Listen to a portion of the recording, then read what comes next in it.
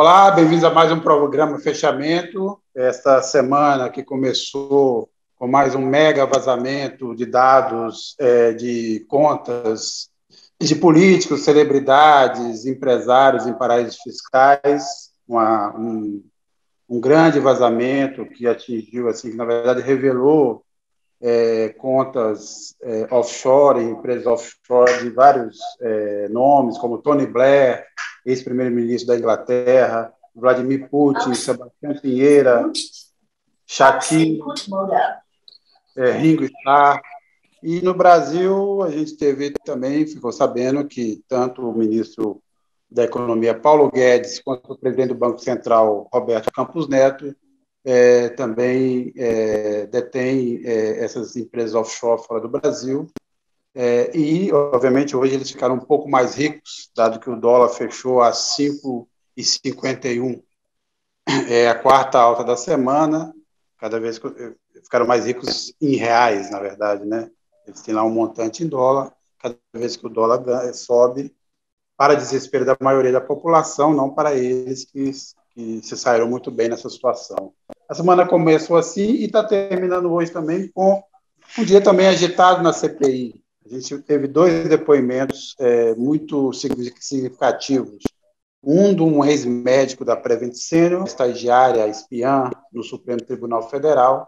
Então, acompanha a gente aí, que a gente tem muito assunto para falar hoje. Eu vou começar aqui, mas, obviamente, cumprimentar todo mundo, os colegas dessa bancada.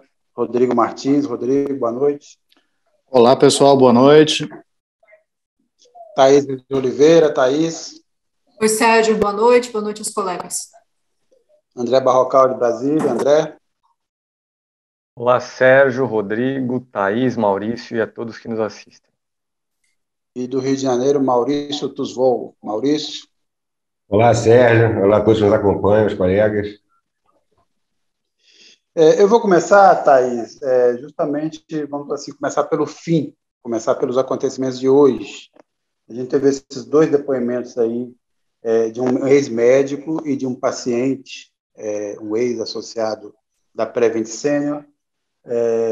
Foram depoimentos muito fortes, mas eu queria entender se você nos explicasse, obviamente, a quem nos assiste, o que teve de novidade, assim, o que esses dois depoimentos acrescentaram em relação ao que se sabe, o que a CPI levantou até agora sobre as atividades da Prevent Senior? Sérgio, esses são depoimentos, especialmente por se tratarem de testemunhos, né? Você tem um ex-paciente, você tem um ex-médico, que corroboram as informações que a gente tinha até aqui a respeito do modus operandi da Prevent Senior nessa pandemia. Eu não destacaria nenhuma novidade que mudasse o encaminhamento da apuração da CPI, mas o fato de essas pessoas relatarem com detalhes o que a Prevent Senior fazia, esse processo que muita gente tem comparado a uma espécie de tratamento de morte, que subverteu de toda maneira cuidados paliativos, o que a Prevent Senior supostamente fez, segundo o que a gente sabe até aqui, não tem nada a ver com cuidados paliativos, que é uma prática médica séria, e eles são depoimentos que simplesmente fortalecem essa tese. Esse paciente, por exemplo, disse que a Prevent Senior tentou convencer a família a desligar os aparelhos deles e que eles não o reanimariam, ainda que ele tivesse chances de sobreviver, como mostra exatamente o fato dele estar hoje depondo a CPI da Covid. Os médicos continuam insistindo na tese de que a Prevent Senior obrigava o corpo clínico dos hospitais a fornecer os medicamentos ineficazes compostos pelo kit Covid. É importante lembrar que a Prevent Senior, há alguns dias, fustigando esses médicos, fez circular na imprensa a informação de que esses doutores receitaram a si mesmos e à própria família medicamentos do kit Covid, mas segundo a advogada deles, isso também faz parte do modus operandi da Prevent Senior e que essas receitas, na verdade, correspondem a essas ordens que partiram de cima. Então, o relatório da CPI deve sair em breve, eu acho que até o dia 19 de outubro a gente deve ter relatório fechado, a Prevent Senior deve ser indiciada, mas o que a gente tem até aqui são, enfim, depoimentos contundentes que mostram que a Prevent Senior, em nome dessa adesão ao tratamento precoce, que envolve questões financeiras, é claro, mas para mim não só, eu acho que, infelizmente, esse corpo clínico acreditou ainda não está explicado por quê, mas acreditou que esse medicamento tinha alguma funcionalidade e deve ser punida, e, enfim, a imagem da empresa está na lama. Agora, a gente também soube hoje que, e é outra informação da CPI, que o Bolsonaro vetou a divulgação de estudos aí que comprovavam a ineficácia da cloroquina, e ao mesmo tempo o governo tentou estimular aí uma série um outro estudo também que, no fundo, de alguma forma, ia apoiar a existência do kit Covid. São novos elementos. A CPI agora tenta ouvir aí o ministro Queiroga mais uma vez, mas, de qualquer forma, o Renan Calheiros, essa semana, deixou claro uma coisa que todo mundo sabia, de que o Bolsonaro será enquadrado em alguns crimes aí. O que você acha que, Thaís, continuando um pouco com você, que ainda temos a esperar dessa reta final da CPI da Covid? O que você acha que pode vir pela frente ainda, aí até o relatório final? Olha, eu acho que o desgaste político contra o governo certamente continua, embora a CPI tenha adotado mais recentemente, nos últimos 2 meses, um caminho que alguns especialistas em saúde consideram não tão frutífero, que é a investigação das relações do Ministério da Saúde com esses intermediários que tentaram vender vacinas com o governo. Para muita gente, a CPI deveria se concentrar em apontar os crimes do governo Bolsonaro em relação à gestão da pandemia e não a investigar esses pequenos contratos que deveriam ser tratados em outro momento. Eu acho que a chegada da Prevent Senior na CPI esquentou as coisas, mas será um relatório contundente contra o governo Bolsonaro, com os crimes que a gente sabe que o governo cometeu, que fechou os olhos para a gestão da pandemia, que apostou num tratamento precoce que, apesar de comprovadamente ineficaz, orientou políticas públicas e orientou entes privados que têm muita influência na saúde brasileira. E eu acho que o governo vai ser o presidente, a Prevent Senior, o CFM, a ANS devem ser listados nesse relatório, mas eu não esperaria, nesses últimos 10 dias, grandes reviravoltas. Agora, Rodrigo, a gente está chegando aí a 600 mil mortes. Os dados, na verdade, no Brasil, nesse momento, até que apontam um certo alívio, vamos dizer assim, se é possível usar essa palavra. As mortes caíram para um patamar ainda alto em relação à maior parte do mundo, mas já atendendo uma queda. Você tem aí várias cidades que não têm mortes há dias seguidos, né? Algumas até já entrando na semana, mas, de qualquer forma, nós estamos nos aproximando aí dessa marca das 600 mil mortes. É uma marca realmente que entrará aí para a história dessa pandemia, só comparável em termos de tragédia ao que aconteceu nos Estados Unidos, na sua extensão, né, e nos seus desdobramentos. Agora, a CPI essa semana, como a Thaís citou aí, também incluiu aí no rol aí dos que devem ser, de alguma forma, citados, levantados seus supostos crimes a serem investigados, aí os diretores, e principalmente o presidente do Conselho Federal de Medicina, que, a essa altura, ainda continua se comportando de uma forma, vamos dizer assim, muito aquém em relação aos princípios que eles deveriam seguir, né? Vamos dizer assim. Na verdade, uma total desconexão com o que se imagina deveria ser a função do Conselho Federal de Medicina, principalmente na mais grave pandemia que o mundo enfrenta no último século, não? Não, sem dúvida. O Conselho Federal de Medicina ele foi absolutamente omisso em relação desde o início do processo, em relação ao negacionismo do governo federal, a recusa do governo federal em assumir a coordenação dos esforços de combate à pandemia do coronavírus, né? Praticamente não se manifestou em nenhum momento em que o presidente sabotou as medidas de isolamento social ou que retardou a adoção de vacinas. E, em um caso específico, o Conselho Federal de Medicina ele foi mais do que omisso, ele foi conivente, né? Ele foi partícipe, que foi no caso da prescrição, né, da recomendação de uso da cloroquina. O Conselho Federal de Medicina lavou as mãos, entregou isso para a autonomia do médico, então o médico que vai decidir se ele pode ou não adotar o medicamento para fazer o tratamento de Covid, a despeito de todas as pesquisas científicas robustas que já foram publicadas no mundo inteiro, várias delas ensaios clínicos com mais de 10 mil pacientes, um deles coordenado pela Organização Mundial da Saúde, outro coordenado pela Universidade de Oxford, todos em vários países, que comprovam que essas drogas não só cloroquina, azitromicina, ivermectina, não só são ineficazes, como em alguns casos elas podem até ser potencialmente prejudiciais, sobretudo quando a gente trata assim, de casos de pessoas que estão com um quadro de insuficiência respiratória. Um dos efeitos colaterais da cloroquina, por exemplo, é a arritmia cardíaca.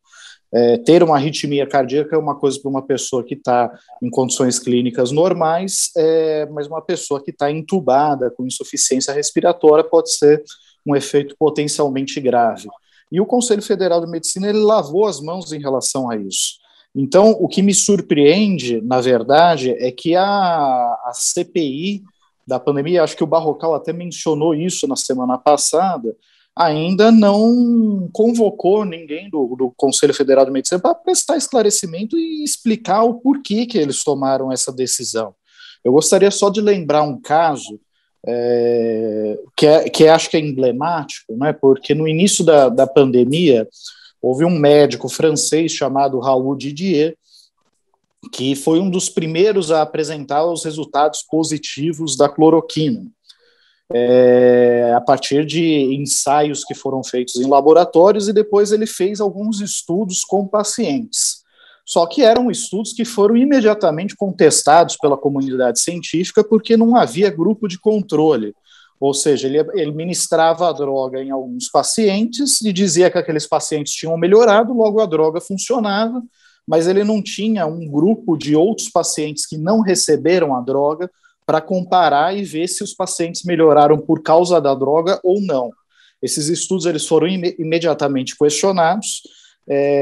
Esse médico, Raul Didier, que ficou conhecido na França, na Europa, como doutor cloroquina, ele insistiu em propagar os benefícios desse medicamento, e a Ordem dos Médicos da França, que seria o equivalente ao nosso Conselho Federal de Medicina, acabou abrindo um processo contra esse médico por propagação indevida dessa droga, quase uma acusação de charlatanismo como essa que o presidente Jair Bolsonaro deve responder ao cabo do encerramento da CPI da pandemia. E por conta disso, ele meio que foi forçado a se redimir. Ele teve de vir a público, concedeu entrevista para o jornal Le Figaro e para outros veículos, admitindo que os seus estudos estavam errados, que havia erros graves ali na pesquisa que ele conduziu, e que, portanto, à luz do conhecimento que ele tinha naquele momento, ele já não poderia dizer que a cloroquina produzia qualquer efeito benéfico para os pacientes com Covid-19. Mas isso só ocorreu depois que a Ordem dos Médicos da França enquadrou esse médico que estava fazendo a propagação indevida de um medicamento que as pesquisas comprovavam ser sabidamente ineficazes. E o que o Conselho Federal de Medicina do Brasil fez? Lavou as mãos. Não, isso aí está dentro da autonomia médica, né? Então, se um médico achar que prescrever, sei lá, gasolina para o sujeito vai fazer ele melhorar de alguma moléstia, isso está dentro da autonomia médica e está tudo certo, e lavou as mãos para isso, de forma vergonhosa, mantém essa postura até hoje, e fato curioso é que, repito, e o Barrocal já mencionou isso na semana passada, nós ainda não tivemos qualquer autoridade, seja o Ministério Público Federal, seja a própria CPI da pandemia, cobrando esclarecimentos dessa casta da medicina brasileira, que não é a primeira vez que assume um papel vergonhoso. Lembremos aí as manifestações que foram atiçadas em vários estados por representações do Conselho Federal de Medicina contra os médicos cubanos, inclusive com ataques racistas a alguns deles, como vimos aí no aeroporto de Fortaleza, a época que eles chegaram aqui no Brasil para serem incorporados ao programa Mais Médicos, e o Conselho Federal de Medicina, naquela época, também se calou em relação a isso. Sérgio, se você me permite, eu sei que o André foi citado, deve estar doido para falar, né? Mas eu quero só colocar uma coisa a partir do que o Rodrigo falou, depois vocês arrematam a análise. Essa questão da ANS, né, e do Conselho Federal de Medicina também, o que ela mostra em relação à CPI? Que existem pontas soltas, sim, né? Os senadores tendem a dizer, né, estão dizendo, não, a investigação está bem amarrada, mas existem várias pontas soltas que merecem ser investigadas ainda, né, por alguma instância, que não é a CPI, que tem data para acabar, né? Uma delas é a ação ou omissão dessas entidades, a ANS e o CFM. Outra é essa questão das empresas, né? Voltando ao que a Thaís muito bem falou, os depoimentos da Prevent, né? Esse fio da meada que continua sendo puxado, ele realmente a gente vai falar daqui a pouco do Pandora Papers, né? Que faz alusão à caixa de Pandora. Essa é uma caixa de horrores, sem fim, né? Esse depoimento do paciente Tadeu Andrade hoje está estarrecedor, né? Ele poderia não estar ali, como a Thaís falou, né? É uma coisa realmente quase que cinematográfica. Essa ponta permanece aberta, uma investigação vai ter que ir a fundo. Nós tivemos a Apvida, uma outra empresa também citada, que precisa ser investigada mais profundamente. Quer dizer, essa relação das operadoras de saúde, de quem fez esse jogo do governo durante a pandemia, com razões meramente comerciais, em respeito completo às vidas humanas, já que foram perdidas, isso tem que ser mais bem apurado, né? E aí caímos na situação do relatório, né?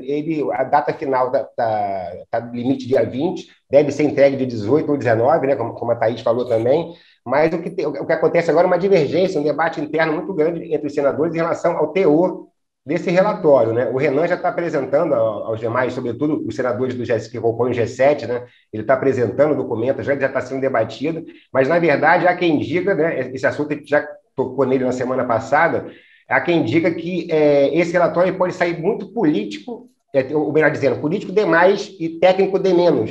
Isso acabaria enfraquecendo a tentativa de imputar alguma coisa seriamente, digamos assim, ao Bolsonaro e as outras 30 pessoas que, segundo o senador Renan Calheiros, serão indiciadas. Entre elas, provavelmente, segundo indicado pelo senador, os filhos do presidente, o Eduardo e o Carlos, o Carluxo, por conta da parte que está para as fake news. Quer dizer, nós tivemos recentemente o senador Alessandro Vieira colocando essa questão, né? Imediatamente foi dito, não, ele quer se lançar presidente também, com terceira via, está querendo aparecer, tal, mas existe, de fato, essa dúvida, essa preocupação de para onde vai esse relatório, se vai ser um relatório muito político, mas que, no fundo, vai acabar dificultando as imputações, ou se vai ser um relatório mais técnico, mas vai permitir, digamos assim, menos exposição midiática ao final das contas. Eu vou passar para o André daqui a pouco, mas eu só queria comentar sobre essa história do relatório ser técnico ou político. Na verdade, também é parte do jogo entre os apoiadores do Bolsonaro e a oposição ao Bolsonaro. Todo relatório de CPI ele é um relatório político, afinal, é uma comissão parlamentar de inquérito, não é um julgamento na justiça, né? Onde as partes têm que apresentar necessariamente provas. Eles geralmente são construídos sobre base.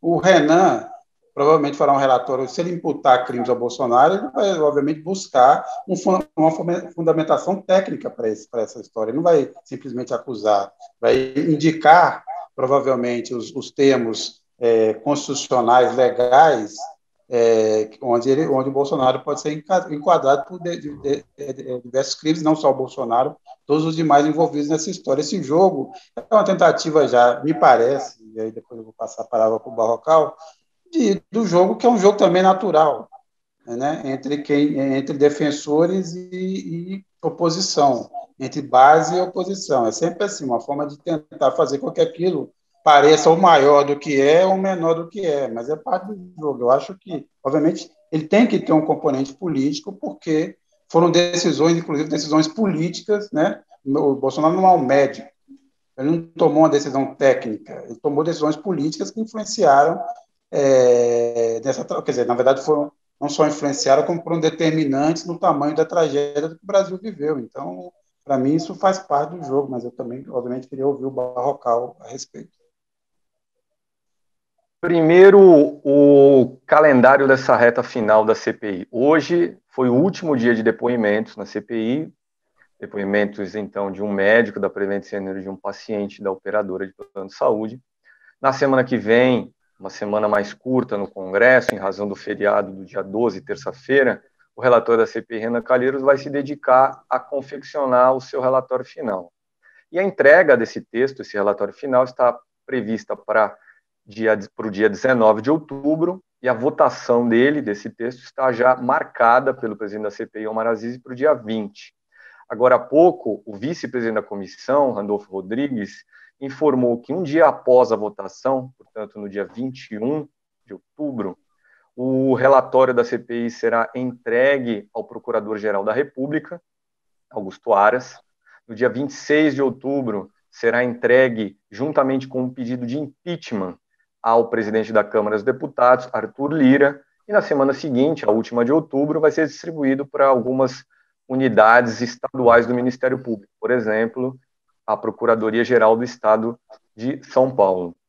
Por que essa aparente aposta numa maior ênfase política no relatório final do que na parte técnica? Porque, muito provavelmente, ali na CPI está todo mundo certo de que não vai acontecer nada de concreto em razão da CPI. A quem eu me refiro com nada de concreto? Campo político, crime de responsabilidade em processo de impeachment na Câmara dos Deputados. Arthur Lira, presidente da Casa, é governista, bolsonarista, não vai botar um processo de impeachment para andar. Crime comum no âmbito do Supremo Tribunal Federal. Essa acusação ao presidente da República dependeria do Procurador-Geral Augusto Aras. Augusto Aras vai denunciar Bolsonaro ao Supremo? 99% de chance de que não vai denunciar. Foi indicado 2 vezes para o cargo pelo presidente Bolsonaro e ainda tem esperança de chegar pelas mãos do presidente Bolsonaro ao próprio Supremo, nessa vaga aí para a qual o ex-capitão indicou André Mendonça, o evangélico ex-advogado-geral da União, mas André Mendonça está em banho-maria no Senado há 3 meses, o Senado não quer votar essa indicação, já deixou isso claro, e Augusto Aras é o plano B, sonha com essa vaga. Então, uma dose de politização será até mesmo necessária para a oposição, que está no comando da CPI, porque de concreto nós veremos quase nada. A CPI, para as pessoas entenderem, vou fazer aqui uma comparação com a polícia. A polícia investiga e, ao final da investigação, indicia. O que significa? Que a polícia diz, eu concluí que o fulano de tal cometeu tal crime. Agora, essa conclusão da polícia não garante processo nenhum. É preciso que um promotor ou um procurador pegue esse material, junte com mais elementos, e aí produza uma acusação e apresente essa denúncia na justiça. Com a CPI vai ser a mesma coisa. A CPI é como uma polícia, terá reunido material, irá indiciar, irá incriminar, olha, o presidente Bolsonaro cometeu tal crime. Agora cabe ao Procurador-Geral da República analisar esse material e tomar uma providência. E como eu mencionei há pouco, é muito improvável que Augusto Aras haja contra Jair Bolsonaro. Agora, entendo, no caso da cloroquina, do kit Covid, que domina as investigações da CPI nessa reta final, que seria um debate interessante. Nós veremos, isso já está claro, na CPI, a conclusão de que a aposta na cloroquina foi charlatanismo, foi um crime contra a saúde pública, e foi matar pessoas. Foi uma forma de, ao mesmo tempo que Bolsonaro estimulava a contaminação dos brasileiros, atrás da tal imunidade de rebanho, o brasileiro pega o coronavírus, a gente toca cloroquina nele e segue a vida. Não precisamos gastar dinheiro com vacina. Mais ou menos foi essa a lógica do governo federal desde o início da pandemia. Uma lógica na qual Bolsonaro insiste. Eu relembro aqui que na abertura da Assembleia Geral da ONU em 21 de setembro, 1 ano e meio depois do início da pandemia, o brasileiro insistiu na tese de que sim, a cloroquina e o kit Covid são possíveis de uso contra a doença Covid-19. Agora, em relação ainda à cloroquina, ao uso da cloroquina. Então, além dessa questão, o Ministério Público entenderia que isso é crime? Augusto Aras processaria o presidente? Essa seria uma etapa. E uma outra etapa, o Judiciário, uma vez diante dessa acusação, decidiria o quê? O Supremo entenderia que sim, apostar na cloroquina foi um crime? São duas dúvidas que eu tenho e não sei se nós, brasileiros, veremos uma resposta, porque acredito que o Procurador-Geral da República não vai fazer nada. E, para encerrar, alguns comentários sobre o Conselho Federal de Medicina. É verdade, semana passada o Rodrigo comentou que via omissão por parte do Conselho Federal, eu discordei, acho que o Conselho Federal não foi omisso, ele foi cúmplice de Bolsonaro. A posição do Conselho a favor da autonomia médica para prescrever kit Covid, na verdade, foi uma ação a favor de que a cloroquina fosse utilizada. E aí, eu gostaria de lembrar, não mencionei isso aqui na semana passada, é um elemento importante. Por que o Conselho Federal agiu assim? Por duas razões. Primeira, o atual presidente do Conselho, Mauro Luiz de Brito Ribeiro, é um gaúcho bolsonarista declarado. Na semana passada, eu entrevistei aqui no canal da Carta, no YouTube, o senador Otto Alencar, ele que é um membro da CPI, que é médico. Eu perguntei a ele, por que a CPI nunca convocou um dirigente do Conselho Federal para depor? E ele disse, não ia adiantar nada, iríamos dar palco para um bolsonarista vir falar. E segunda e última observação sobre o Conselho Federal. Por que essa parceria com o Bolsonaro? Porque o Conselho Federal conseguiu a promessa, ainda antes da eleição de Bolsonaro, de que o programa Mais Médicos iria acabar. O Conselho Federal sempre foi contra o Mais Médicos, esse programa criado no governo Dilma Rousseff, um programa que fez aumentar o número de médicos em atuação no país, com a importação de médicos, principalmente vindos de Cuba. Isso promoveu uma concorrência dentro da categoria. Nós vimos médicos cubanos irem trabalhar em locais onde os nossos médicos brasileiros não queriam ir, lugares mais distantes.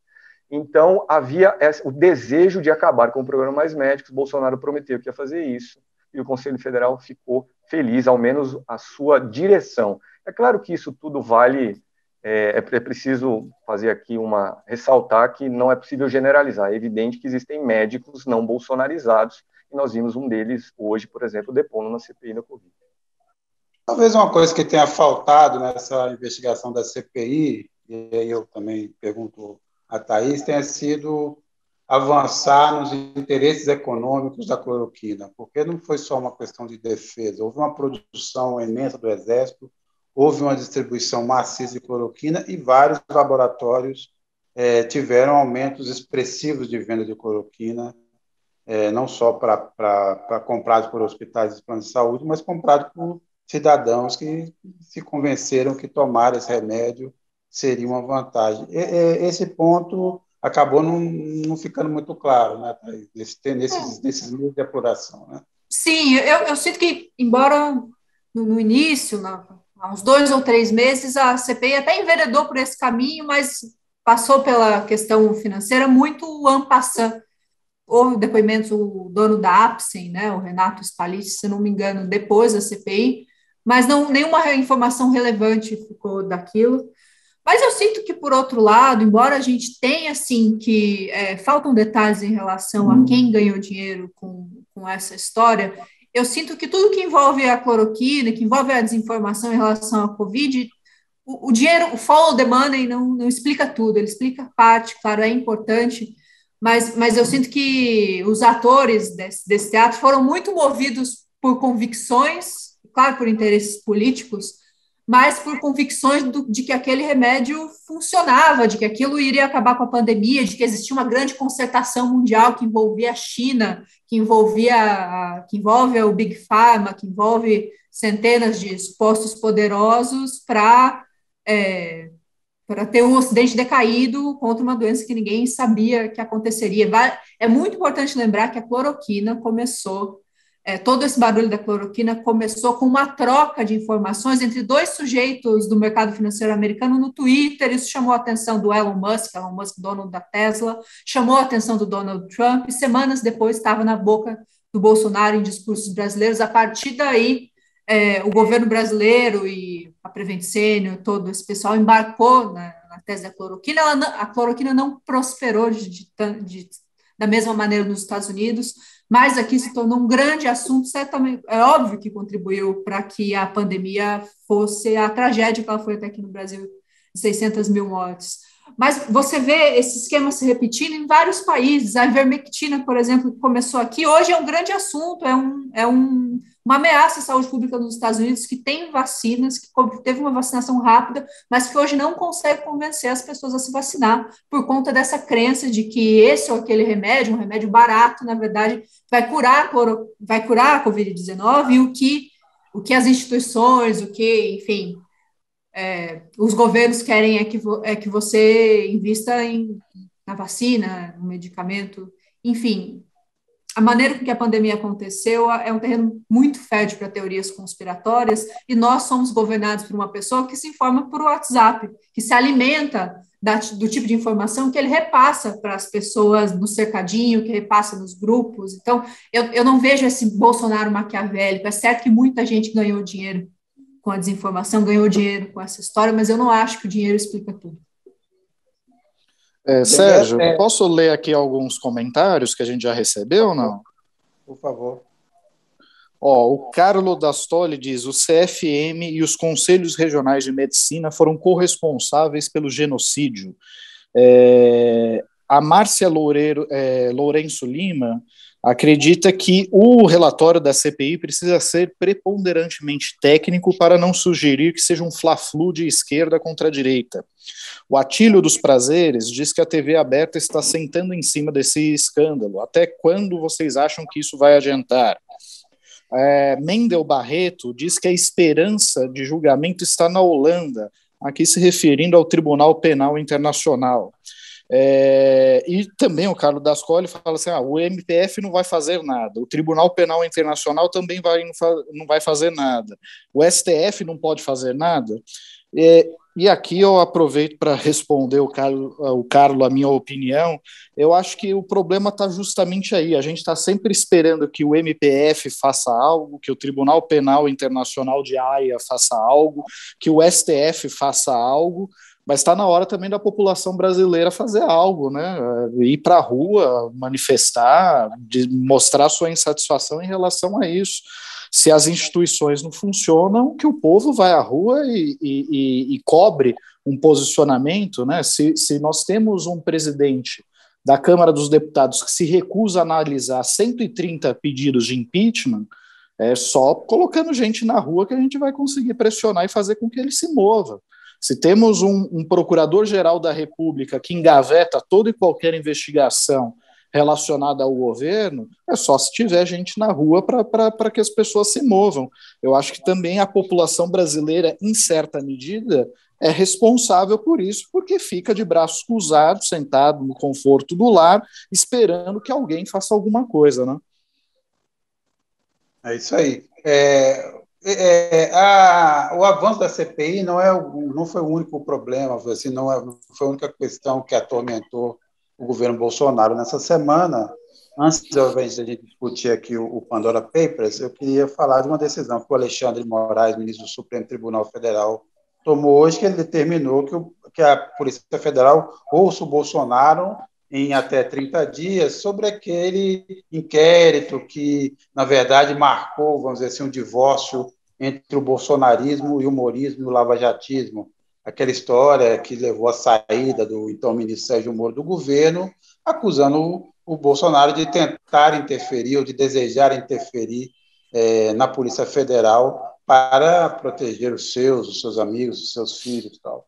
Esse inquérito estava ali, ainda não havia decisão de se o Bolsonaro ia depor, como ele iria depor, se por escrito, se presencialmente, e aí o Bolsonaro anunciou esses dias que, na verdade, anunciou ontem, que pretende dar esse depoimento ao vivo, não será por escrito, e aí o Alexandre de Moraes fez esse despacho, determinando que a PF ouça o Bolsonaro, então, o presidente Bolsonaro, em até 30 dias. Eu queria perguntar para o Barrocal, Barrocal, como é que você interpreta essa decisão do Bolsonaro? Depois de tanto hesitar, o que você acha que ele decidiu depor presencialmente nesse inquérito? É mais um capítulo, eu diria, do pós-cartinha arrependida do 7 de setembro. Vamos lembrar que no 7 de setembro, o golpe bolsonarista fracassado teve como um desdobramento, 2 dias depois, uma carta coescrita por Michel Temer, carta divulgada por Bolsonaro, na qual ele basicamente se arrependia de tudo que tinha dito contra o Supremo e contra Alexandre de Moraes. E, em mais um capítulo, diz que eu entendo ser uma trégua erguida por Bolsonaro com o Supremo, ele resolveu não criar caso e aceitar depor, então, por escrito. O que me deixa mais intrigado ainda sobre o que, afinal, Bolsonaro e Alexandre de Moraes conversaram ao telefone, numa ligação intermediada por Michel Temer, antes de o presidente divulgar a cartinha arrependida. Alexandre de Moraes tem inquéritos sensíveis para o bolsonarismo, como aquele que investiga milícias digitais, e o miliciano digital-chefe é um dos filhos de Bolsonaro, o vereador Carlos. Alexandre de Moraes também vai ser o presidente do Tribunal Superior Eleitoral durante a eleição do ano que vem, e lá no TSE estão em curso investigações que podem levar, eu não digo a cassação da chapa de Bolsonaro de 2018, mas como eu já contei em Carta Capital recentemente, a inabilitação de Bolsonaro para a eleição de 2022. Então fica aí a dúvida sobre o que, afinal, Alexandre de Moraes disse para Bolsonaro, que fez Bolsonaro colocar o rabo entre as pernas. Faz algumas semanas que ele baixou o tom, não tem sido provocador, e agora baixou a cabeça para o Supremo, concordou em depor presencialmente, disse isso ontem ao tribunal, pouco antes de a corte iniciar esse julgamento que decidiria se o presidente teria ou não que depor perante um delegado ou poderia fazê-lo por escrito. E só para completar, hoje, veja só, naquilo que eu diria que é mais um capítulo nessa trégua de Bolsonaro com o Supremo, ele não disse uma palavra a respeito da informação de que um blogueiro amigo, Alan dos Santos, do portal Terça Livre, tinha uma informante plantada dentro do gabinete de um dos juízes do Supremo, o juiz Ricardo Lewandowski. Essa informante, Tatiana Bressan, é o nome dela, trabalhou com Lewandowski ao longo de 2019, isso para considerar o governo Bolsonaro. Ela entrou lá no fim do governo Michel Temer ainda. Então, Alexandre de Moraes, dentro do inquérito das fake news, esse das milícias digitais, mandou a Polícia Federal tomar o depoimento da informante do blogueiro e também fazer uma operação de busca e apreensão contra a tal informante. Em oportunidades anteriores, não faz muito tempo, quando Alexandre de Moraes tomava medidas como essa, Bolsonaro gritava que havia um atentado contra a liberdade de expressão e também uma perseguição aos conservadores. Agora não abriu o bico. Eu vou fazer uma rodada aqui, de um bate-bola daqui a instantes, para a gente discutir um tema a partir dessa decisão do Bolsonaro de depor. Mas antes eu queria só comentar aqui com o Rodrigo rapidamente, já que o Barrocal levantou a bola da espiã. O Rodrigo, um site especializado em fake news só poderia ter um informante que não sabia de nada, né? Dizer assim, casa bem. Pois é, rapaz. Aliás, é curioso isso, né? Porque ela é uma estagiária que tem 45 anos de idade e pelas mensagens que foram vazadas pela Folha de São Paulo, ela também não sabia escrever, né? Porque é muito difícil você entender as mensagens que ela passava para o blogueiro Alan dos Santos. E aí é curioso também assim, as apostas erradas, as apostas equivocadas. Em certo momento, ela vira para o Alan dos Santos e falou: olha, eu acho que o Lewandowski será o ministro que vai soltar o Lula, né? E ela fala isso com cerca de 1 ano de antecedência a uma decisão do plenário do Supremo Tribunal Federal, e não uma decisão monocrática do ministro Lewandowski, que tomou a decisão de libertar Lula com base na queda daquela medida que determinava a prisão dos condenados logo após a confirmação da condenação em segunda instância. Né? Então, além de tudo, ela passava assim, informações que eram meras especulações dela, né, e que de nada serviam de fato para comprovar coisa alguma. E o que eu acho curioso é que agora o Alan dos Santos, que se considera jornalista, ele está puxando um debate dizendo que, na verdade, o que houve foi um sigilo da sua fonte, né? E aí a gente tem que entrar num debate, imagino eu, se a gente pode chamar ele de jornalista ou não, porque tudo que ele produz é fake news. E o sujeito, inclusive, não só produz fake news, como ele é um militante que organiza atos antidemocráticos, e o sujeito se mandou para os Estados Unidos para fugir da justiça brasileira e dos esclarecimentos que eram necessários. Então, que sigilo da fonte é esse que precisa ser preservado, no caso deste blogueiro / jornalista, entre aspas, Alan dos Santos? Ô, Rodrigo, é que você não entende que nós vivemos, tem dois Brasis. O Brasil que a gente vive e o Brasil que ele vive. No Brasil do Alan dos Santos, quem não é jornalista somos nós. Ele, Sim. Nós é que trouxemos os fatos e tudo mais. Mas a rodada que eu queria fazer com todo mundo, eu vou barrocar o Thaís, Maurício e Rodrigo por essa ordem. Eu queria uma resposta rápida, por uma elucubração que não vai ser tão rápida assim, que é o seguinte: temos todos esses movimentos do Bolsonaro, né? Esse movimento assim de arrependido, tal. Embora ele de volta e meia ele escorregue, ele está fazendo todos os acentos. Ao mesmo tempo, você teve um editorial do Globo dizendo, olha, talvez com a carta do Temer, o Bolsonaro se alinhe. Aí tivemos também aquela entrevista que foi capa da revista Veja. Aí você tem uma cena aqui e ali e tal. A pergunta que eu faço é o seguinte: vocês acham que, apesar de tudo, se no caso de um fracasso, como parece que será, do surgimento de uma alternativa aí na chamada terceira via, no fim e ao cabo, em outubro, ou nos meses que antecederam a eleição de outubro de 2022, a turma do dinheiro, a elite, a chamada elite brasileira, irá novamente, dará mais uma oportunidade de Bolsonaro, se só restar Bolsonaro para enfrentar o Lula? Barrocal. Entendo que a elite brasileira ficará dividida na eleição. Uma parte apoiará novamente Bolsonaro, uma outra parte não. Eu não saberia dizer o tamanho de cada um desses dois grupos. Mas a elite não irá blocada a favor de Bolsonaro, como aconteceu em 2018, na minha opinião. Eu estou com o Barrocal nessa. Eu também não arriscaria dizer qual percentual da elite financeira vai apoiar o Bolsonaro ou vai apoiar o Lula, mas gostaria de dizer que o contingente virou até uma piada, os Faria Lulas não é marginal. Então, acho que vai haver uma divisão interessante aí. Bom, eu sigo os relatores, acho também que vai ficar dividida a elite em relação a essa questão se ficar Lula e Bolsonaro no final das contas, mas queria observar também que essa moderação do Bolsonaro, né, isso tem a ver, né, com o assunto que a gente vai discutir agora sobre a terceira via, ela é ruim para a terceira via, né? O ideal para a terceira via seria que o Bolsonaro continuasse assim, fora da caixa, né, e fazendo bobagem, vai poder aumentar cada vez mais a rejeição e aumentar o espaço para a terceira via. Ele moderando, isso se reduz, quer dizer, se a elite está, de uma certa forma, apoiando essa moderação, isso está sendo pensado também por eles, com certeza. Eu não confio nessa elite brasileira, não, mas eu prefiro ficar em silêncio.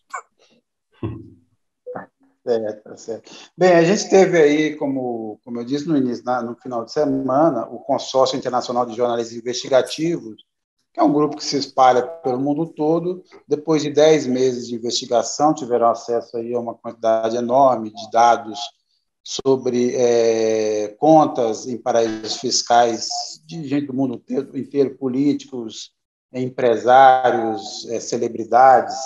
Esse é o terceiro vazamento que a gente tem nos últimos 5 anos. Lembrar que em 2016 a gente teve os famosos Panama Papers, né, que envolvia a Mossack Fonseca, que é uma empresa que apareceu, inclusive. Então, uma história muito peculiar da Mossack Fonseca nas investigações da Lava Jato, porque a Força Tarefa de Curitiba e o Sérgio Moro acharam que chegar a Mossack Fonseca os levaria a mais um desdobramento que permitiria acusar o PT, e, no fundo, eles descobriram que, na verdade, chegariam à Rede Globo, que era grande, foi a grande, entre os meios de comunicação, a grande apoiadora e que abriu todas as portas e que, na verdade, sem o apoio da mídia, principalmente da Rede Globo, a Lava Jato não teria chegado a lugar nenhum. Executivos da Mossack Fonseca chegaram a ser presos no Brasil e depois foram soltos rapidamente e o assunto sumiu. Os papéis da Mossack Fonseca que tinham chegado à Lava Jato desapareceram, sumiram ali em meio a todas as investigações que tinham. 2016. 2017 a gente teve os Paradise Papers.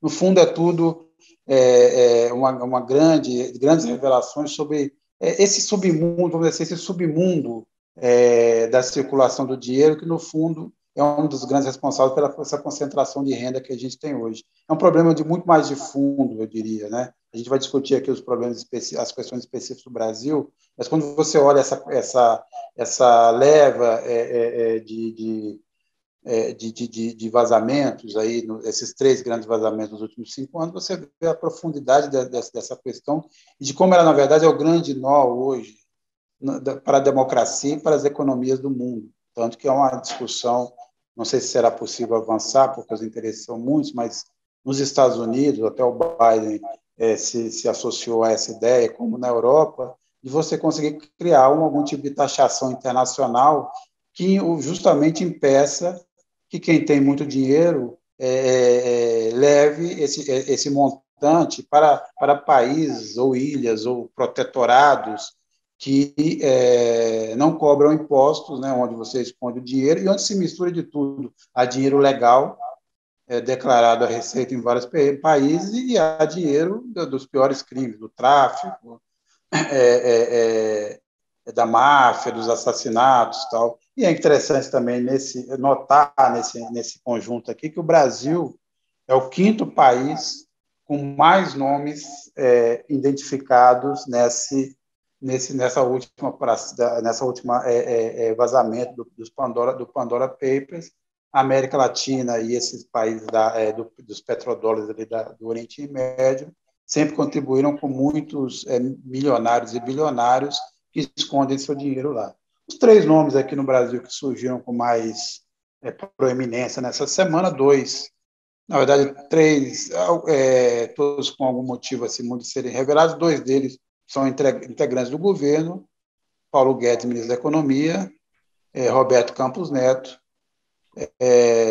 presidente do BC, todos os 2 que tomam decisões que afetam o câmbio e afetam a vida do Brasil. O câmbio, como eu disse no início desse programa, o fechamento do dólar hoje deixou os 2 um pouco mais ricos em reais, né, dada a cotação que chegou a 5,51, quase 5,52, e a gente sabe que o efeito inverso disso, do aumento do dólar, tem sido a pressão sobre o preço, a pressão inflacionária sobre vários preços no Brasil. Então, aumento do combustível, aumento da carne, a inflação aí batendo, chegando perto da casa dos 2 dígitos, o que leva a necessidade de aumentar os juros e travar a economia. A gente tem visto dados aí que saíram essa semana, o IBGE ontem divulgou 2 dados, na verdade, um na terça e um na quarta. A indústria, pelo 3º mês consecutivo, registrou uma queda, e o comércio, o varejo, que estava tendo uma recuperação,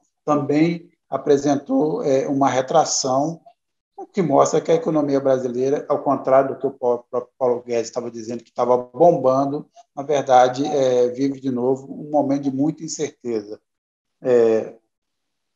Essa revelação levou, por exemplo, a alguns protestos. Hoje o MST fez uma pichação na porta do Ministério da Economia, fez uma espécie de escracho, e o Congresso convocou o Paulo Guedes para dar uma explicação. Eu vou começar desse ponto falando com o Barrocal, depois vou falar com todo mundo. Barrocal, a gente sabe, obviamente, que do tamanho da moralidade dessa questão, né? Você tem um ministro da Economia que tem dinheiro fora, que ganha com as políticas que ele mesmo adota. Não é uma coisa nova no Brasil, não no mundo, mas particularmente no Brasil, porque nós da Carta Capital, por exemplo, há muitos e muitos anos, décadas até, denunciamos essa porta giratória, né? Esse grande problema que é a captura das pastas e dos mecanismos do Estado de controle da economia, a captura pelo mercado.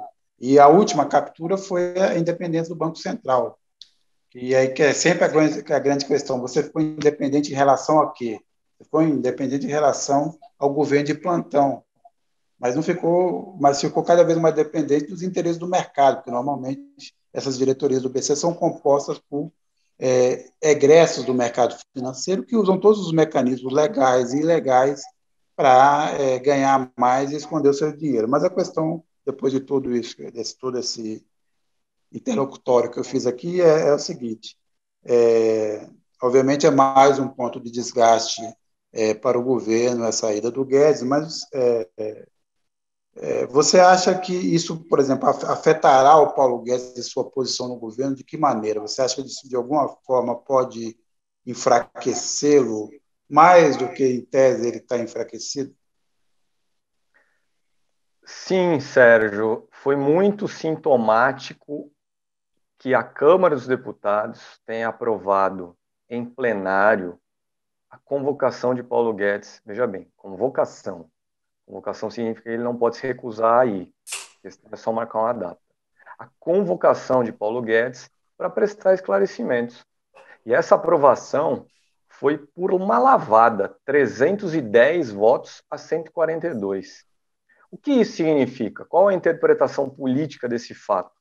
É que o centrão governista, aquele que dá as cartas na Câmara, está insatisfeito com o ministro Paulo Guedes, porque, afinal de contas, a política econômica dele contribui, é uma das razões, para a baixa popularidade do governo Bolsonaro, neste momento, e um governo com baixa popularidade é um governo que tem dificuldade de se reeleger. Ontem saíram dados de uma nova pesquisa de avaliação de governo e de intenção de voto para a eleição do ano que vem. Uma pesquisa feita pela consultoria mineira Quaest para uma empresa do mercado financeiro chamada Genial. Essa parceria Genial-Quaest tem divulgado pesquisas mensais desde julho. Qual foi o dado destacado ontem pelo principal analista da Quaest, dado destacado por ele nessa pesquisa? De julho para agora, outubro, a preocupação dos brasileiros muda. A principal preocupação apontada pelos brasileiros mudou. Era a pandemia, mais ou menos 40%, 45% em julho, e agora é a economia.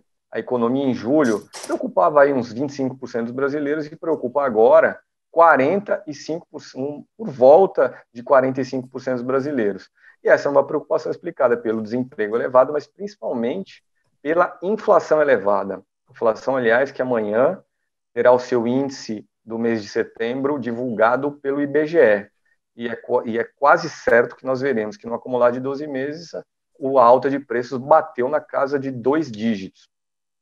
Mas então o centrão governista concordou em aprovar a convocação de Guedes para deixar o ministro da Economia na fogueira. É esse o recado da convocação do ministro. O centrão governista está insatisfeito com a política econômica atual, que é uma política econômica que não ajudará na eleição de quem estiver associado ao governo Bolsonaro no ano que vem.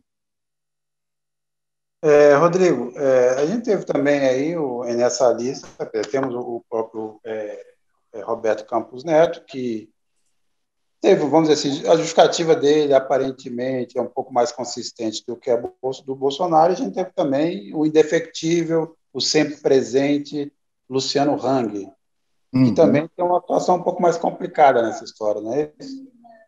Não, pois é.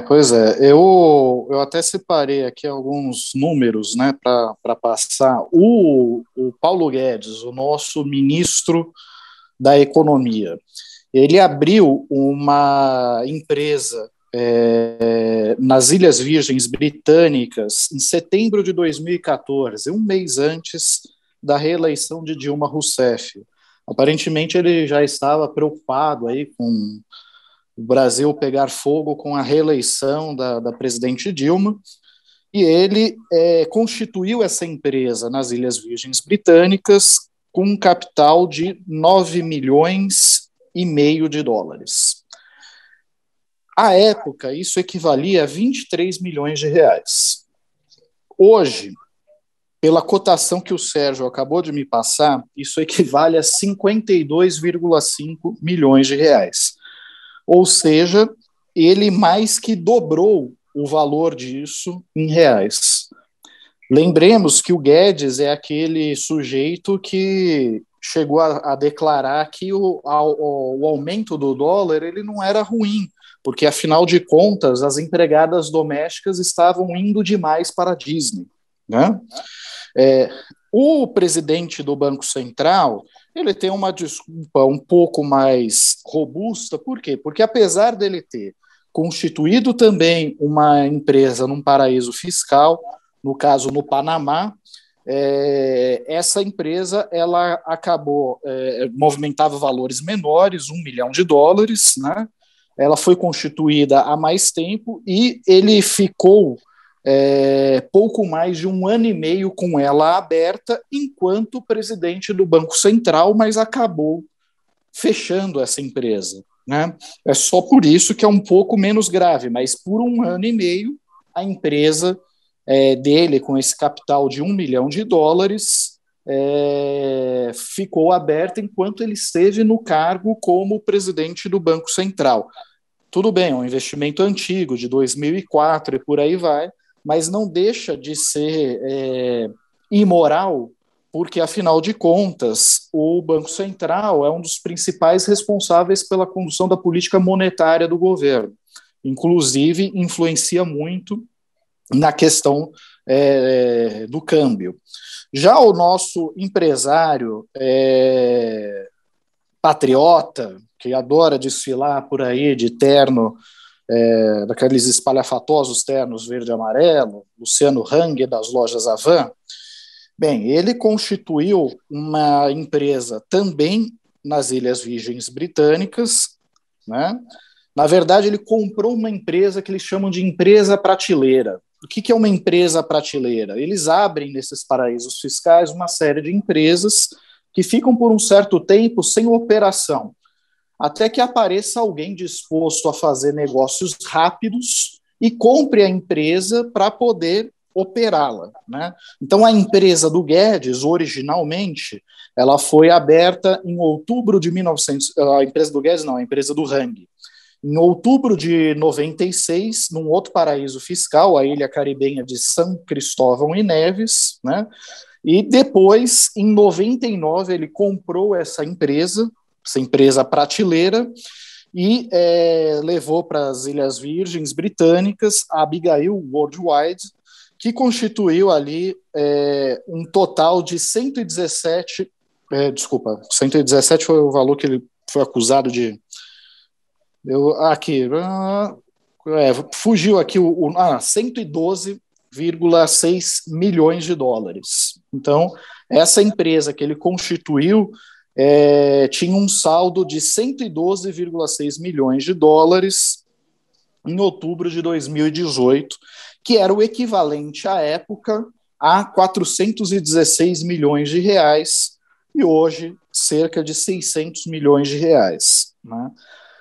Essa empresa que o Hang constituiu, ela fazia operações na Bolsa de Valores. Ela adquiria, por exemplo, ações da Petrobras, da Vale, e de várias outras empresas brasileiras ou estrangeiras e operava na Bolsa de Valores, né? Ele poderia fazer perfeitamente essas operações do Brasil, mas aí ele teria que pagar 15% de imposto de renda para o fisco. E quando ele vai para um paraíso fiscal, ele consegue fazer essas mesmas operações pagando um valor de imposto muito mais baixo, né? Lembrando que não é ilegal ter uma empresa offshore, embora a gente saiba que é absolutamente imoral. Ao cabo, qual é o problema da empresa do Hang? O problema da empresa do Hang é que ela não havia sido declarada à Receita Federal. Toda vez que você constitui uma empresa offshore que tem um saldo superior a $1 milhão, você precisa comunicar à Receita Federal e o Banco Central de que você tem essa operação no exterior. E o Hang não fez isso. E olha só que curioso, o Hang ele só conseguiu regularizar esse patrimônio graças a uma lei de repatriação de recursos que foi aprovada no final do governo Dilma. né? Então, graças a uma lei de repatriação de recursos aprovada no final do governo Dilma, ele conseguiu repatriar esses recursos para o Brasil, regularizar a situação dele, pagando o imposto que ele devia e uma pequena multa sobre aquilo que ele deixou de pagar de imposto de renda no Brasil. E qual foi a justificativa dada por ele? A justificativa dada por ele é que a Avan é uma empresa que negocia produtos importados e que, portanto, ela precisaria fazer operações no exterior em moeda estrangeira para se proteger das eventuais oscilações do câmbio e, assim, manter a sua operação sem grandes sobressaltos. O que eu acho muito curioso, porque o Hang é um empresário muito patriota que sempre fala em apostar no Brasil, mas aparentemente ele não confia tanto na solidez da economia brasileira como ele diz. Afinal de contas, ele precisa proteger o patrimônio dele no exterior.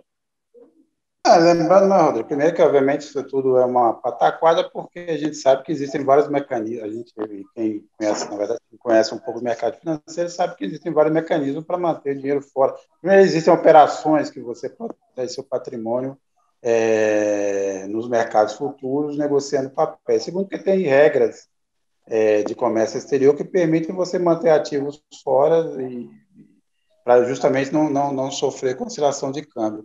É engraçado isso tudo aí, só para lembrar uma coisa. Você sabe que uma das grandes invenções e fake news que tem é que a loja Avan, na verdade, pertenceria a Dilma, né? Isso foi uma história Dilma. que... Lojas Havana. Então está explicado, entendeu? O Luciano Hang tinha uma conta fora e no governo Dilma você faz uma lei e ele consegue legalizar toda essa... Entendeu? Juntou as peças aí, por exemplo, no Alan dos Santos poderia juntar essas peças aí, ó. No fundo, o Hang realmente é sócio da Dilma Rousseff. De toda essa mitologia que a gente vive.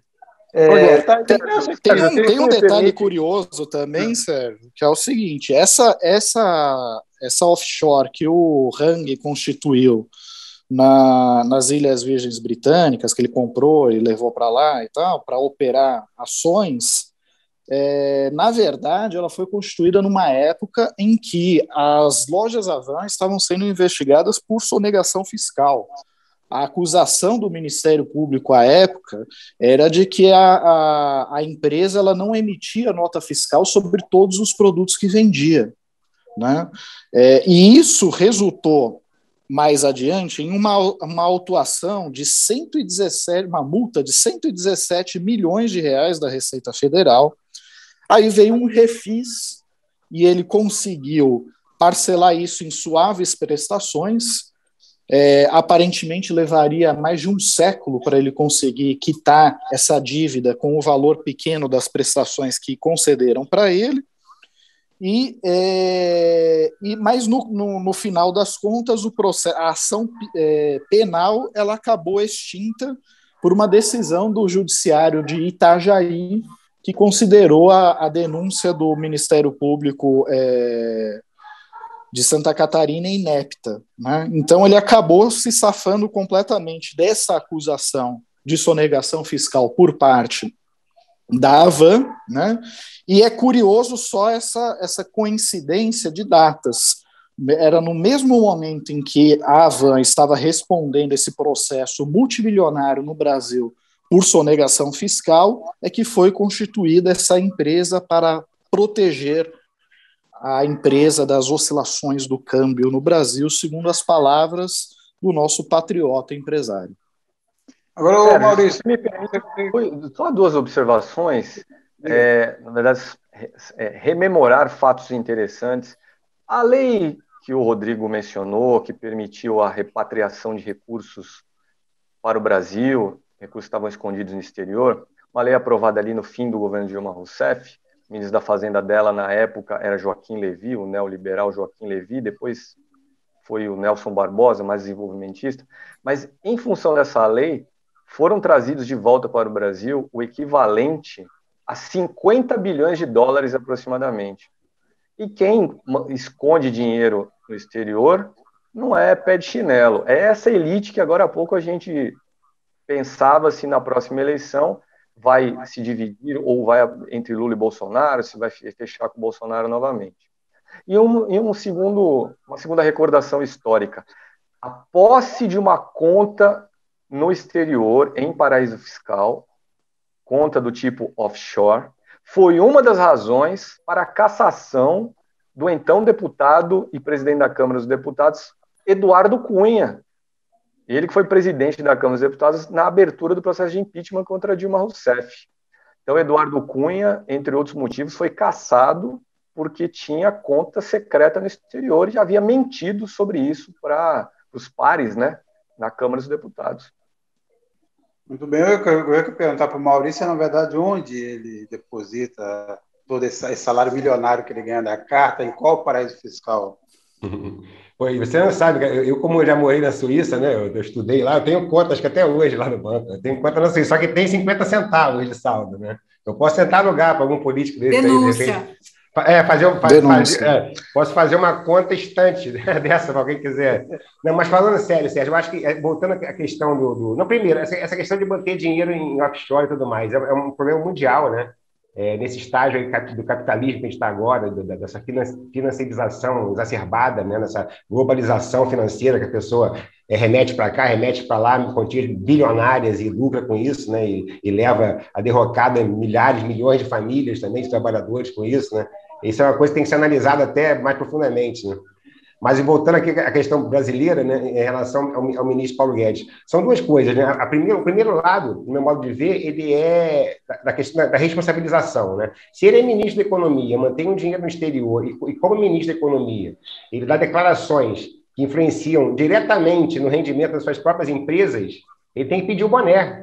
Tem que pedir para sair. Quer dizer, ele vai ser mantido no cargo, em qualquer outro país ele teria sido demitido já, né? Esse é um dado. A outra questão é política, ou político-moral, podemos dizer assim, né? Porque não faltam imagens fortes, né, nesse governo Bolsonaro. Quando passamos 1000 dias lá, né, a gente ficou relembrando vários momentos, sem dúvida que a pandemia tem as imagens mais fortes, né? Aquelas sepulturas coletivas lá, sendo cavadas as peças de São Paulo, o pessoal morrendo na porta do hospital em Manaus por falta de oxigênio, são imagens terríveis. Mas não fosse a pandemia, né, não fosse essa excepcionalidade da pandemia, a imagem mais terrível desse governo seria, sem dúvida, a do caminhão de ossos, cara, que rolou aqui no Rio. O caminhão distribuindo carcaças e ossos, pessoas fazendo fila e brigando, e se estapeando para pegar um sebo pendurado num osso. Isso é uma vergonha para qualquer país, né? No estágio que o Brasil já tinha chegado, voltar a isso, enquanto o ministro da Economia está falido técnica e politicamente, provavelmente criminalmente, em termos de responsabilidade, e moralmente nem se fala. Agora, Thaís, muita gente aí, alguns dos nossos comentaristas também, acham que a parte da mídia não está dando uma cobertura devida a esse caso. Vou lembrar que hoje apareceram, agora no fim da tarde, nomes de alguns donos de meios de comunicação, mídia, também era sabido, né? Também era sabido.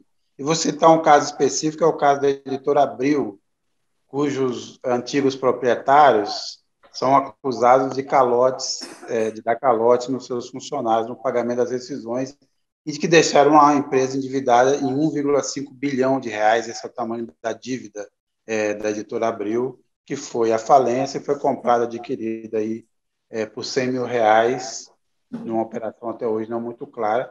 Não precisamos falar de outros aqui, poderíamos dizer o mesmo da Editora 3, que também está num processo de recuperação judicial, tem muitos processos trabalhistas e os herdeiros do fundador da Editora 3 também têm contas em paraísos fiscais. Primeiro, você acha que há vamos dizer assim, a mídia não está dando a atenção devida a esse caso? E se sim, você acha que tem relação com esse fato, com o fato de que eles também se beneficiam desse tipo de mecanismo? Olha, Sérgio, é fato verificável que, exceto pelos veículos que fizeram parte desse consórcio e publicaram as matérias, Metrópolis, Poder 360, Revista Piauí, e os veículos que repercutiram devidamente isso, esse é um assunto que não ganhou tanta repercussão assim nos grandes jornais. Muita gente tem comentado nas redes sociais, especialmente a ausência de cobertura por parte do Estadão, citado, inclusive, uma tentativa de blindagem, uma suposta operação abafa. Eu não cravaria que não tenho informações para fazer aqui qualquer afirmação taxativa de que houve uma ordem de cima para baixo para que isso não fosse tratado, mas esse é um assunto que, por envolver o ministro da Economia, merecia uma repercussão muito maior, ainda que fosse para explicar as questões que envolvem a transferência de verbas para offshore, que não é uma operação ilegal, que, enfim, o Paulo Guedes não vai ficar rico em reais, não significa nada, a fortuna é medida em moeda forte, e o real, infelizmente, agora vale a mesma coisa que $1 do Zimbábue, então o Paulo Guedes não vai chegar no final da sua aposentadoria, pegar aquele dinheirinho e, ufa, gastar em reais, mas é certo que ele é um inepto, e o fato de alguém que comanda a política monetária de um país ser dono nominal de uma conta num paraíso fiscal é absolutamente imoral, ele deveria ser punido, deveria ser demitido. Em um país sério, isso seria um escândalo de opinião pública. A reportagem da Piauí que revelou essa história, inclusive, lembrou que o David Cameron, que é ex-premier britânico, teve a carreira destruída por conta da descoberta pelos Panama Papers de que ele mantinha dinheiro em paraísos fiscais. Pegou muito mal na opinião pública o fato de um político tentar se esquivar do pagamento de impostos que eram reservados aos demais britânicos. Então, de qualquer maneira, sim, ele deveria ser punido por isso, sim, ele deveria ser demitido. Entendo que tem questões que poderiam ser melhor explicadas, mas esse assunto ficou de fora dos jornais, sim. E essas informações que foram divulgadas hoje pelo Poder 360, que é a manutenção de offshores por barões da mídia, é difícil não traçar uma relação entre as duas coisas, né? Conhecendo a história da imprensa brasileira, conhecendo a concentração de poder na mão de algumas poucas famílias, é muito difícil não conectar as duas coisas. Eu só queria fazer só duas observações aí. Uma é lembrar também, por exemplo, o Sebastião Pinheira, presidente do Chile, também está nessa e provavelmente também não vai acontecer nada com ele que é um empresário, né, e que já entrou nesse negócio também, sabendo, não é a primeira vez que tem denúncias sobre o Sebastião Pinheiro. Eu só queria fazer 2 comentários rapidamente, Thaís, um deles para discordar de vocês, porque ficar rico em real tem uma diferença sim, porque você pode comprar ativo real, ou seja, se você argumentando seu dinheiro, todos os bens brasileiros ficam mais baratos. Então, isso permite, por exemplo, comprar terra. Se o Paulo Guedes quiser colocar dinheiro aqui, ele vai comprar mais barato terra, vai comprar mais barato imóvel, vai comprar mais barato um monte de bem real que, com $1,03, teria um outro valor. Então, isso faz uma diferença para quem opera no mercado financeiro, ou seja, ele poderia adquirir bens reais no Brasil com muito mais facilidade. Então, isso tem uma diferença. O segundo ponto é que, e aí falando um pouco, a gente também pode falar isso para o nosso público também entender um pouco, assim, eu entendo até um certo ponto a dificuldade de outros meios entrarem na história, porque só um pequeno grupo associado a esse consórcio internacional de jornalismo investigativo teve acesso à papelada. Então, na verdade,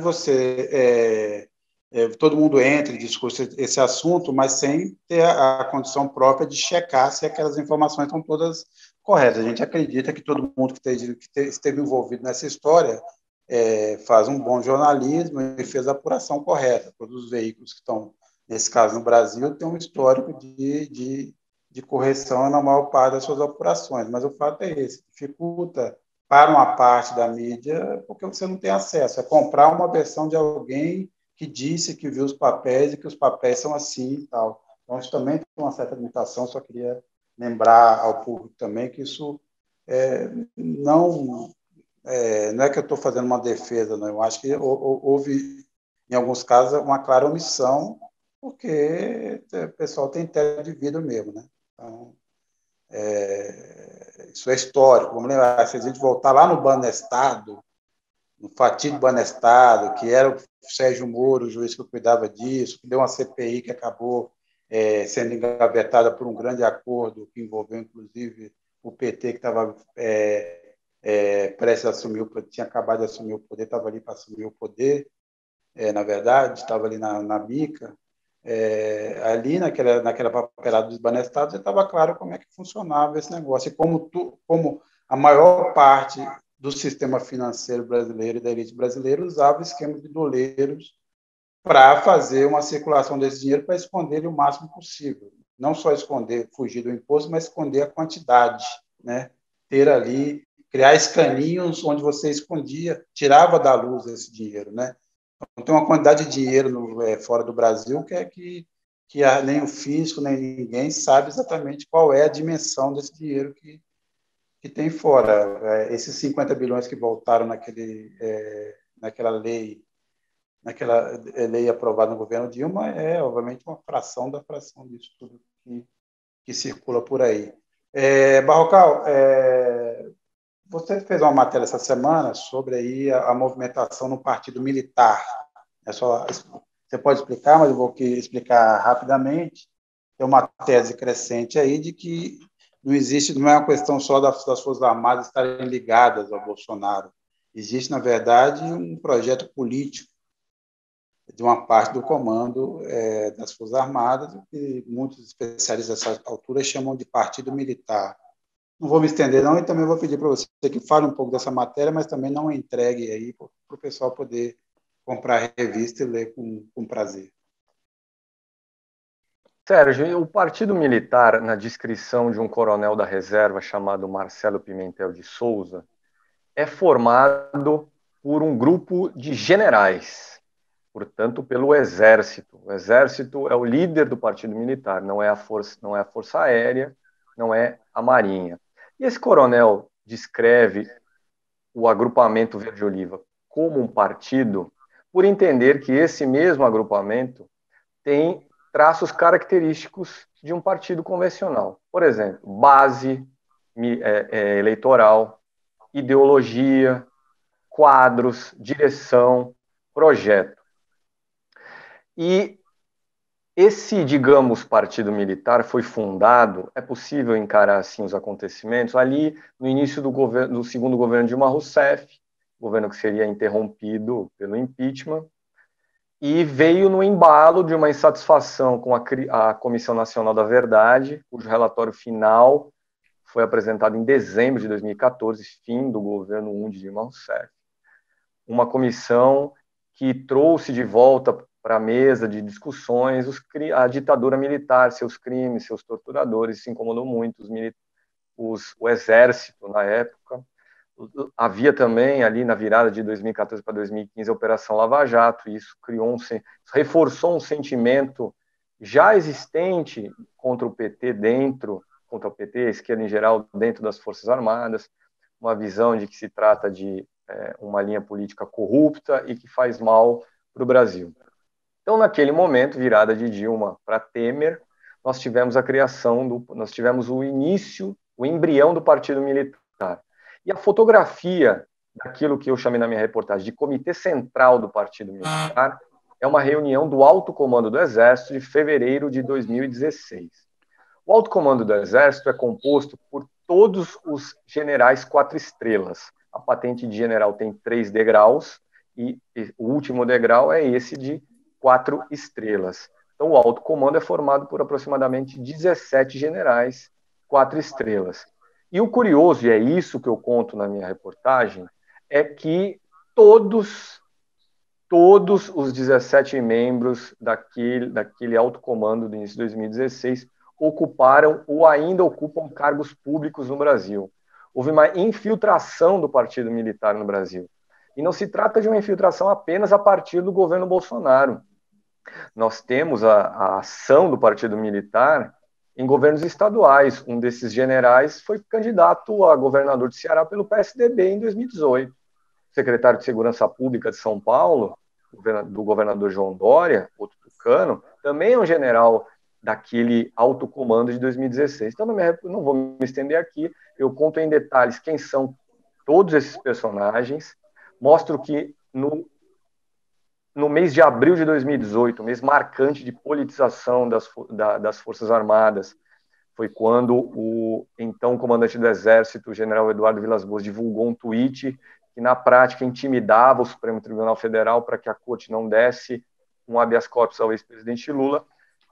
A maioria do alto comando do Exército de 2018 era a mesma do alto comando de 2016.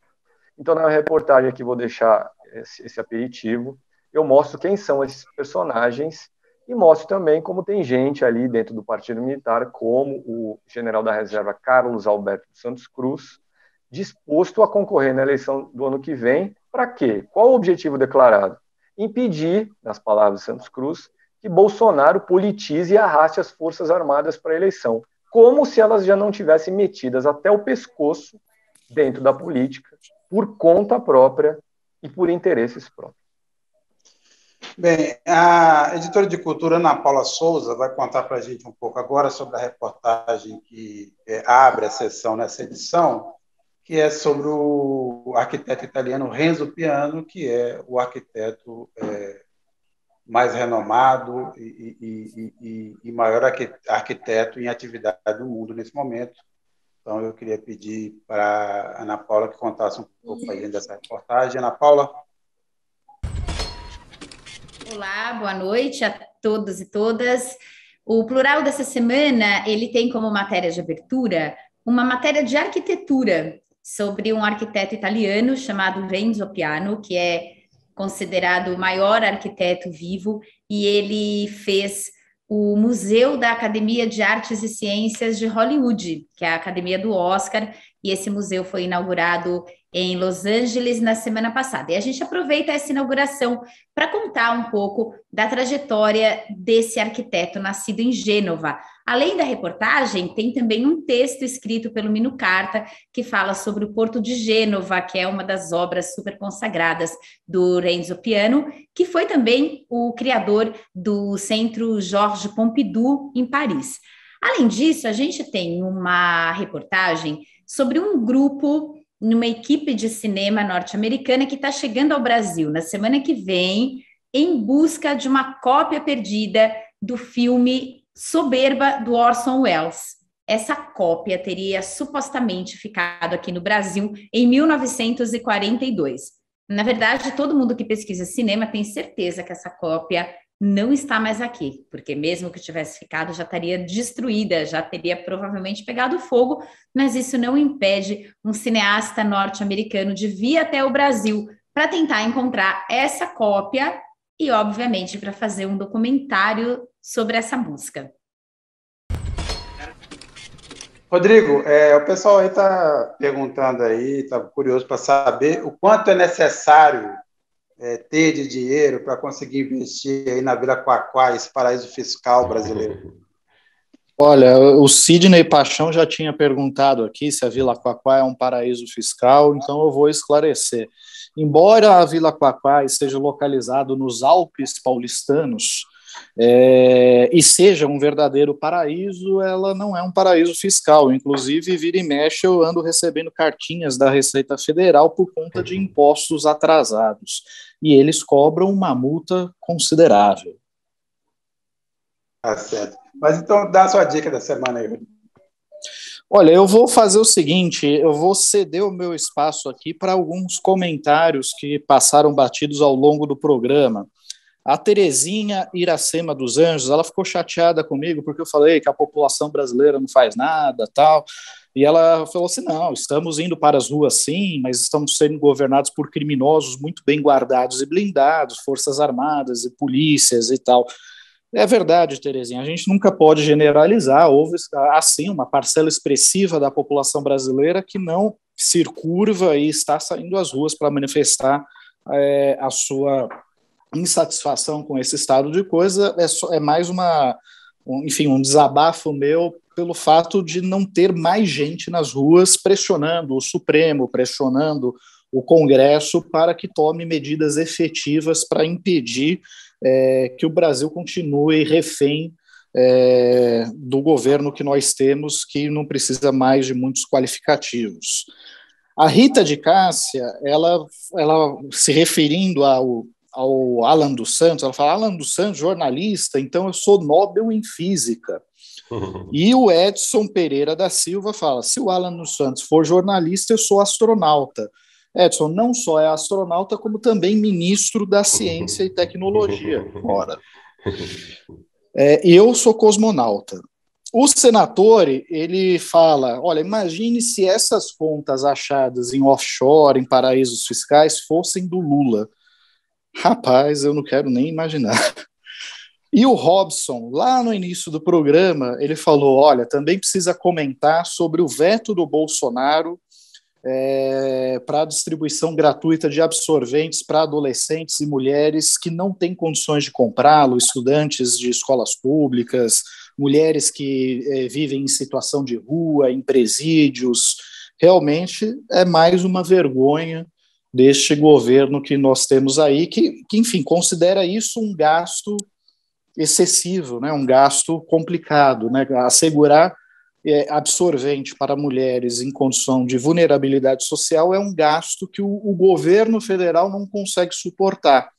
Mas as offshores do Paulo Guedes, né, esse dinheiro que vai para lá para não pagar imposto ou para pagar menos imposto, aí está tudo tranquilo, tudo numa boa. Aliás, eu até queria ouvir a Thaís sobre esse assunto. Na verdade, a justificativa do governo foi que esta despesa não tinha aquela determinação da equivalência da receita. É sempre uma desculpa que se tem, do ponto de vista técnico. Se você não indica de onde virá o dinheiro, você não pode fazer. Se tem problemas, então você anula. Mas, Thaís, primeiro, depois, obviamente, você dá a sua dica da semana, mas como é que você recebeu esse veto aí do Bolsonaro?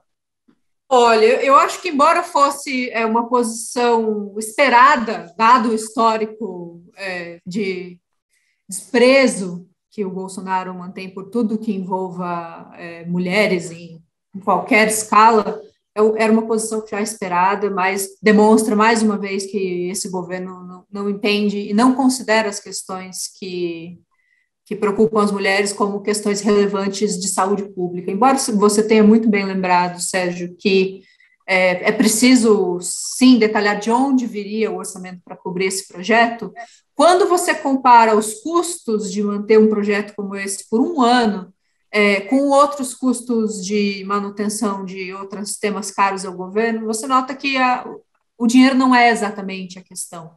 Porque a proposta que foi vetada pelo Bolsonaro previa um custo de manutenção de 85 milhões de reais por ano do orçamento para atender 5,6 milhões de mulheres e meninas e pessoas trans e não binárias, embora o projeto não mencione. É claro que essa é uma questão que envolve também essas pessoas que não se identificam como mulheres. Quando você compara, por exemplo, o gasto que o governo tem com auxílio paletó para parlamentares, para o judiciário, o orçamento anual do auxílio paletó, segundo um dado divulgado em 2017, é de 63 milhões de reais. Bolsonaro gastou até aqui, com as suas motocicletas, 3 milhões de reais. Dinheiro não é o problema é de grandeza, de importância, de olhar para questões de saúde pública que envolvam mulheres de uma maneira decente, honesta, integral, e infelizmente não se pode esperar isso desse governo. Se fosse uma arma, talvez, depois vamos dar arma para... Se fosse um auxílio bereta, talvez tivesse sido aprovado. É isso. Eventualmente, alguém pode inventar uma coisa que convença o Bolsonaro, sei lá. Você dá junto com a arma, você leva junto com o cara vai ganhar, a mulher também vai ganhar uma arma, e talvez ele aprove. Maurício, qual a sua ideia, a sua dica da semana, a sugestão aí para o pessoal, nesse feriado que vai ser, né, nesse final de semana, que será um final de semana prolongado por conta do feriado? No meio desse caos que a gente está vivendo, né, é possível que tenhamos um refresco lá em Brasília por conta do feriado, né, das novidades, mas assim, eu chamo todos a acompanharem mais um capítulo da novela Um Partido para Bozo, porque as movimentações em torno disso estão se intensificando. Algumas coisas curiosas, inclusive, né? O PTB do deputado Roberto Jefferson está em guerra, né? Acabou de ser expulsa a filha dele, a deputada Cristiane Brasil, mais outros dois ex-integrantes da executiva do PTB, né? Ela disse que o pai não está bem da cabeça, o Roberto Jefferson disse que ela quer tomar o partido dele. Provavelmente os dois estão certos, mas o fato é que com essa saída já se abre mais a porta do PTB como uma opção viável para o Bolsonaro, e temos o PP também, né? Do amortecedor e ministro Ciro Nogueira, e também do presidente da Câmara, Arthur Lira, que começa já a ser mais simpático a ideia de ingresso da família Bolsonaro no partido. E isso promete ser resolvido nos próximos dias. Muito bem. Barrocal, obviamente, além de contar para a gente qual é o entrevistado da manhã do Poder em Pauta, dê também a sua dica da semana.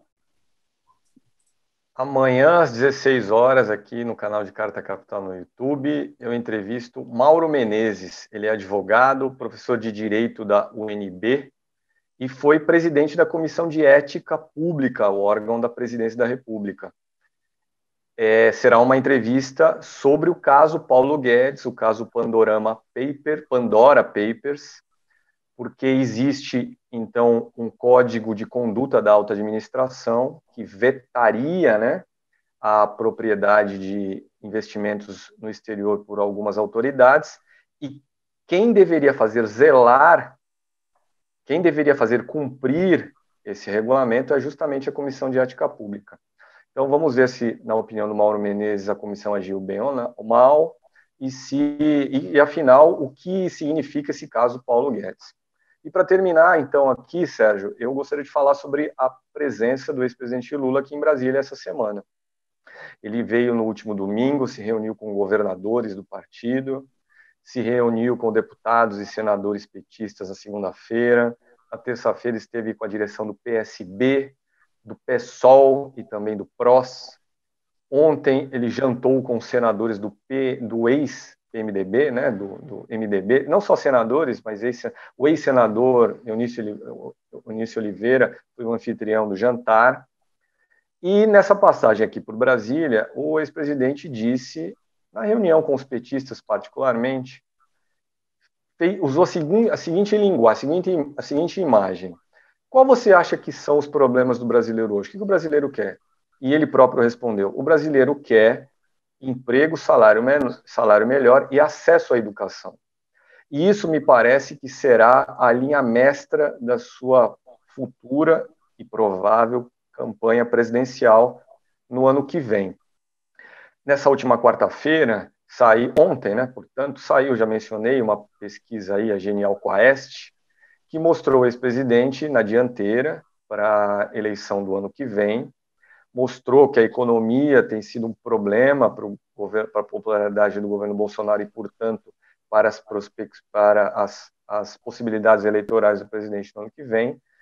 E essa mesma pesquisa fazia a seguinte pergunta: quem você acha que é a pessoa mais preparada para resolver o seguinte problema? E listava 4 problemas, e eu queria citar esses dados. 2 me chamam a atenção, e começo pelo econômico, pelo problema da economia. É aqui no tema econômico em que há a maior diferença entre Lula e Bolsonaro. 44% dos brasileiros diziam que Lula é a pessoa mais preparada para resolver os problemas econômicos do Brasil, e no caso de Jair Bolsonaro, 18% acham que é ele. E na corrupção? Quem é o mais indicado para resolver a corrupção no Brasil? Olha que curioso, o Lula também ganha de Bolsonaro por 28-24. Também havia perguntas sobre lidar com a pandemia, dava Lula por 37-19, e com criminalidade e segurança pública. E até aqui, um tema cara a Bolsonaro, Lula era apontado como alguém mais capaz para resolver o problema, 29-25%. Muito bem, eu só queria lembrar nisso tudo, que mais cedo a gente fez aquela enquete sobre a posição aí da elite, me lembrar só de uma declaração do Maílson da Nóbrega, que disse que o mercado vai preferir o Lula ao Bolsonaro, mas aí eu só queria fazer um comentário sobre o Maílson da Nóbrega, esse que foi ministro do Sarney, nos legou uma inflação de 80%, também era consultor do Marca Ponte Sindan, numa história antiga que o banco quebrou. Eu espero que o Lula não dependa desse vaticínio do Maílson da Nóbrega, porque o Maílson da Nóbrega costuma errar. Então, oxalá dessa vez.